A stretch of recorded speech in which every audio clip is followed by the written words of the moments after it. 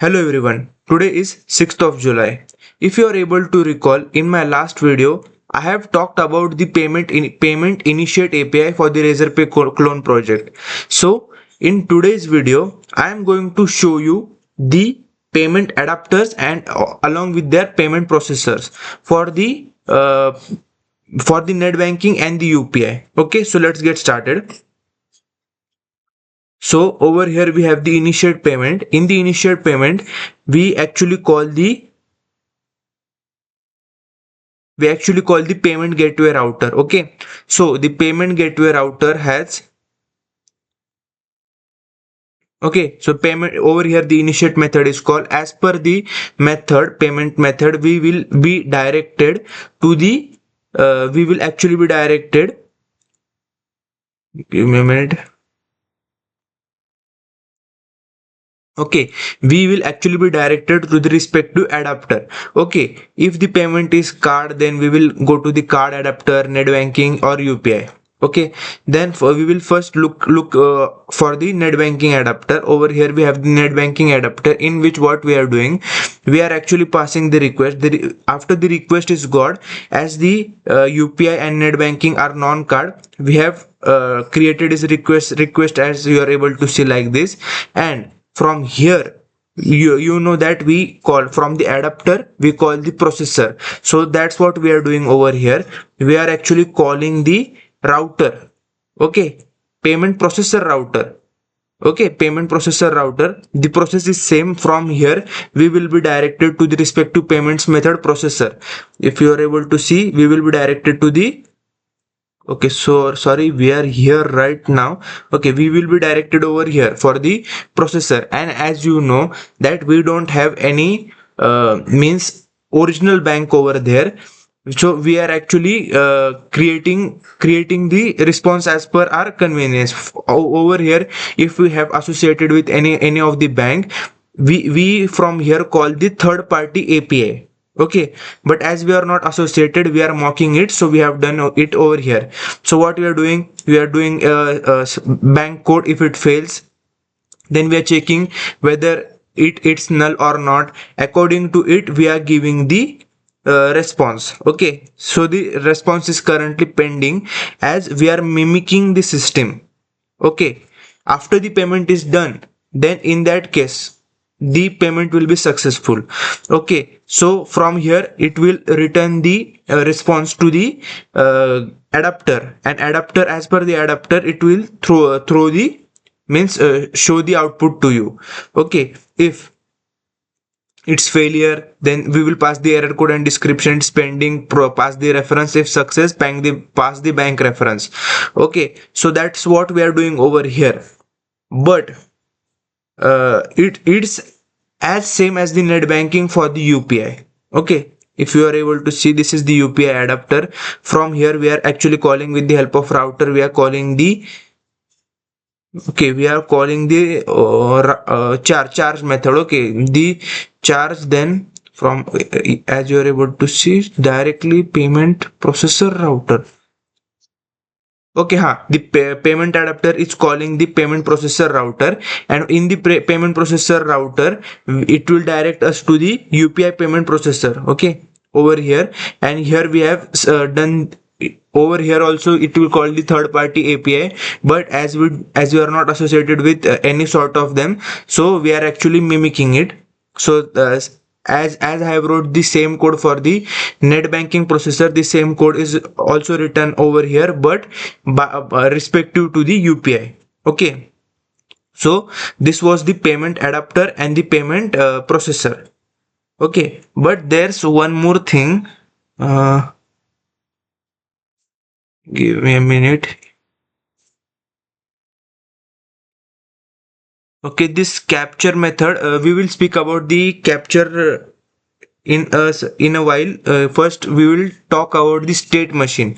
Actually, as you know that the payments are actually auto captured. As we are trying to do the clone of the Razorpay, the payments actually in the Razorpay are auto captured. Auto captured means they are actually means first they are blocked and then they are sent to the uh, In auto capture, the payment is sent from the customer to the issuer bank, but the payment is locked. For it, you can understand with an example. If you have a reservation in an hotel, okay, if you are staying in a hotel, you gave your card details, okay. So what the hotel has done, they have actually captured 15,000, okay. But means assume that the rent is about 10,000, but they have captured 15,000. But if you order some food, then what they will do, they will increase the amount, and as per that they will actually process the payment, but they have already captured that certain amount over there, okay. So now we will speak about now we will see the payment state machine, okay. So what we have done over here, we have created the transitions actually for understanding purpose. If we are at the create state and our target is authorize attempt, okay, but if we are reaching our target, in that case the payment will be authorizing. Means for example, this is our from payment status. We are actually at the created state right now, and at the created state the target event is authorize attempt. So if this both conditions satisfy, in that case we will do the authorizing. We will change the means we will change this transition to the authorizing, okay. These are the transitions for which we have written the code over here. We are actually getting the payment next transition, and if it's null, in that case we throw an exception, but if not, we return the status. Okay, if you are able to see, we have implemented it in the processor adapter, okay.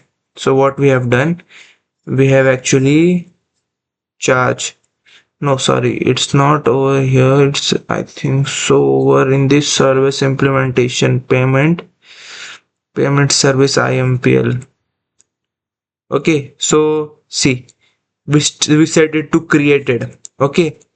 Afterwards we created and then we put it at authorize attempt. In that case what it will do, the payment transition service actually it stores it in the repository, means it's stored in the as it works as a log, so it's actually storing it in the DB, okay, the next state and the previous state as well. So its work is to store, but where were we? At the adapter, no sorry, service implementation, payment service implementation.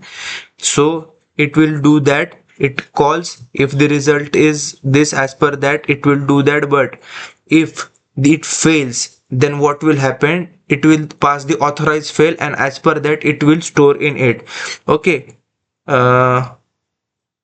This was all about it, but as we talked about the capture, it also does the capture thing over here as well, okay. But for the capture we need to, if we need to capture an API, okay, so what we are doing over here, we are passing the payment ID, and that payment ID should be captured, okay. So as per that we will go to the payment service implementation. This is the code for the capture. It finds the payment, adds to the transition log that this payment should be captured, okay. Then as per for that payment, now the capture method will be called, okay. And here also we have the gateway router, gateway over here, it calls the capture, it gets the payment method. As per the payment method, then it will go to the adapter we will consider as net banking, okay. The net banking has an capture, then from here the result will be passed as success, okay. So this is what the capture method does. For the respective method as well, it is the same only, but we will see for the card, okay. Card we have the capture, it will do the success work, okay.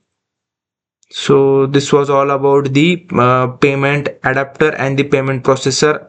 In this video I also talked about the state machine and also the transition, how it's been done.